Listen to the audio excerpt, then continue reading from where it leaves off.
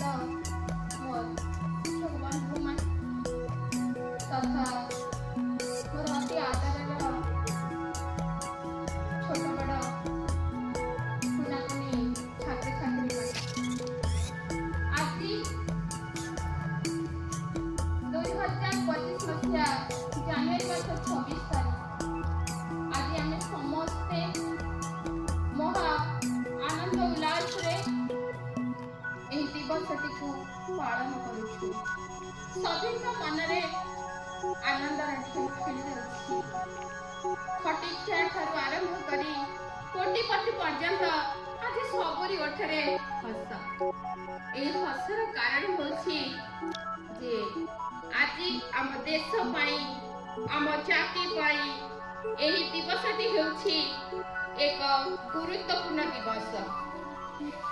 ଆମେ ସମସ୍ତେ ଜାଣିଛେ ପ୍ରତିବର୍ଷ ଅଗଷ୍ଟ ମାସ 15 ତାରିଖକୁ ଆମେ ଗୁରୁତ୍ୱପୂର୍ଣ୍ଣ ଦିବସ ରୂପେ ପାଳନ କରୁଛୁ। କାରଣ ଆମ ଦେଶ ସେହି ଦିନ ସ୍ୱାଧୀନତା ଲାଭ କରିଥିଲା। ଏହା ସତ୍ତ୍ୱେ ବି ଜାନୁଆରୀ ମାସ 26 ତାରିଖକୁ ଆମ ଦେଶ ଏକ ଗୁରୁତ୍ୱପୂର୍ଣ୍ଣ ଦିବସ ରୂପେ ପାଳନ କରିଆସିଛି। ଏହାର କାରଣ କ'ଣ? ଏହାର କାରଣ ହେଉଛି ଶତାବ୍ଦୀ ଧରି ବା ଶହ ଶହ ବର୍ଷ ଧରି ଆମେ ପରାଧୀନତାର ଅମାନ୍ଧକାର ଭିତରେ ବୁଡ଼ି ରହିଥିଲେ। ଏହି ପରାଧୀନତାରୁ ଆମେ ସ୍ୱାଧୀନତା ଲାଭ କରିଥିଲେ। ଏହି ସ୍ୱାଧୀନତା ପ୍ରାପ୍ତି କଷ୍ଟସୁଲଭ ଥିଲା ଆଉ ସହଜରେ ବି ଇଂରେଜ ମାନେ ଆମକୁ ସ୍ୱାଧୀନତା ଦେଇନଥିଲେ। ଭାରତ ମାତାର ବୀର ସନ୍ତାନ ମାନେ ଇଂରେଜ ସରକାରଙ୍କ ବିରୁଦ୍ଧରେ ବାରମ୍ବାର ଆନ୍ଦୋଳନ କରିଥିଲେ। ଏହି ଆନ୍ଦୋଳନର ପରିପ୍ରେକ୍ଷୀରେ ଜାତୀୟ କଂଗ୍ରେସ ଥିଲା ମୁଖ୍ୟ ଆଧାର। ଜାତୀୟ କଂଗ୍ରେସର ତୁଙ୍ଗ ନେତାମାନେ 1938 ମସିହା ଡିସେମ୍ବର ମାସରେ ଲାହୋର ଠାରେ ଏକ ଅଧିବେଶନ କରିଥିଲେ। ଏହି ଅଧିବେଶନର ସଭାପତିତ୍ୱ କରିଥିଲେ ଜବାହରଲାଲ ନେହେରୁ। ଏହା ଥିଲା ଏକ ଐତିହାସିକ ଅଧିବେଶନ। ଏହି ଅଧିବେଶନରେ ଜାତିର ତଥା ଦେଶର ଅଦ୍ୱିତୀୟ ନେତା ଆମର ପ୍ରିୟ ବାବୁ ଏଠାରେ ଏକ ଦାବି ଉପସ୍ଥାପନ କରିଥିଲେ।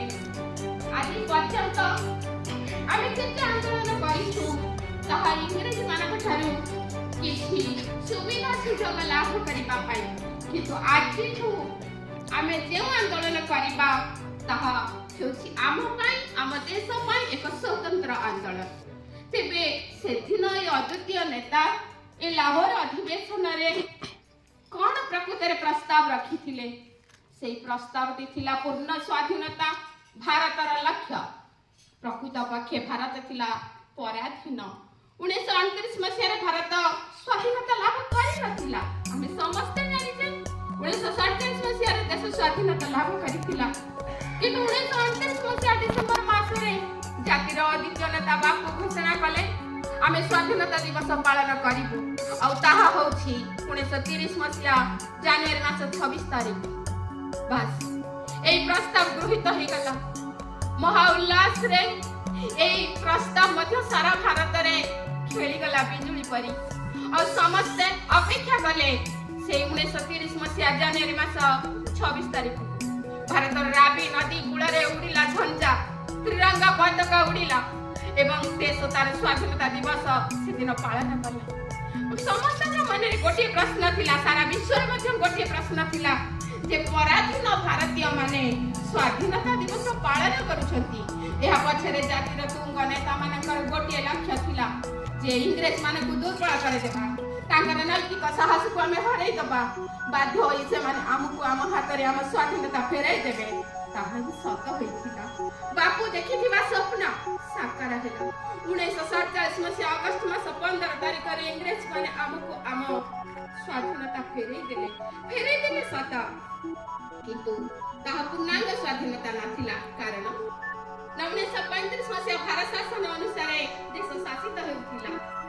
ତେଣୁ ଯେତେବେଳେ ଭାରତ ସ୍ୱାଧୀନତା ପ୍ରାପ୍ତ ହେବା ପାଇଁ ଲର୍ଡ ମାଉଣ୍ଟବେଟନ ସବୁ କିଛି ସ୍ଥିର କରି ସାରିଥିଲେ, कैबिनेट मिशन जेतबळे भारत को आसी सारिथिला सेही समय कैबिनेट मिशन निष्पत्ति नैथिला ए विशाल भारत वर्ष ପାଇଁ ଏକ ଆଇନ ଖସଡ଼ା ପ୍ରସ୍ତୁତ କରିବାକୁ ସେଇଥିପାଇଁ ଭାରତରେ କିଭଳି ଭାବରେ ସୁଚାରୁ ରୂପେ ଶାସନ ହେବ ସେଥିପାଇଁ 1946 ମସିହା ଡିସେମ୍ବର ମାସ 9 ତାରିଖରେ ବସିଥିଲା ସମ୍ବିଧାନ ପ୍ରଣୟନ ସଭାର ପ୍ରଥମ ସଭା। ଏହାର ସ୍ଥାୟୀ ସଭାପତି ଥିଲେ ଡକ୍ଟର ରାଜେନ୍ଦ୍ର ପ୍ରସାଦ। ଡକ୍ଟର ରାଜେନ୍ଦ୍ର ପ୍ରସାଦଙ୍କ ପରେ ଭୀମରାଓଙ୍କ ନେତୃତ୍ୱରେ B.R. ଆମ୍ବେଦକରଙ୍କ ନେତୃତ୍ୱରେ संविधान प्रणयन कार्य चालू रहा। अन्य प्रकार आम स्वाधीनता पाई किंतु जितेबाला आम स्वाधीनता पाई 1947 अगस्त 15 सुधा आम संविधान कार्य शेष हो ना। संविधान कार्य शेष होगा 2 वर्ष 11 मास 18 दिन समय लगी अपेक्षार अंत शेष हो जाता। 1949 मसीहा नवेम्बर मास 26 तारीख दिन देशर संविधान प्रणयन सभा पूर्णांग संविधान को आम सरकार को भारत सरकार को अर्पण कले। आई पूर्णांग संविधान को ग्रहण करथिले डॉक्टर राजेंद्र प्रसाद एवं समस्त मनरे अनेक प्रश्न बाकी आसिला आमे हमर ए नूतन संविधान प्रणयन करिबा ले केबे करिबा नाही समस्त घर से गोटिए उत्तर आसिथिला जे 1930 मसीहा जनवरी मास 26 तारिख को आम देश तार पूर्ण स्वाधीनता दिवस रूपे पालन करथिला। एहा थिला आम पे एक ऐतिहासिक दिवस। तेनु अपेक्षा करी रहिले जनवरी मास 26 तारिख को 1950 मसीहा जनवरी मास 26 तारिखर आगमन रे भारतीय मानकर अपेक्षार आग्रहर सीमा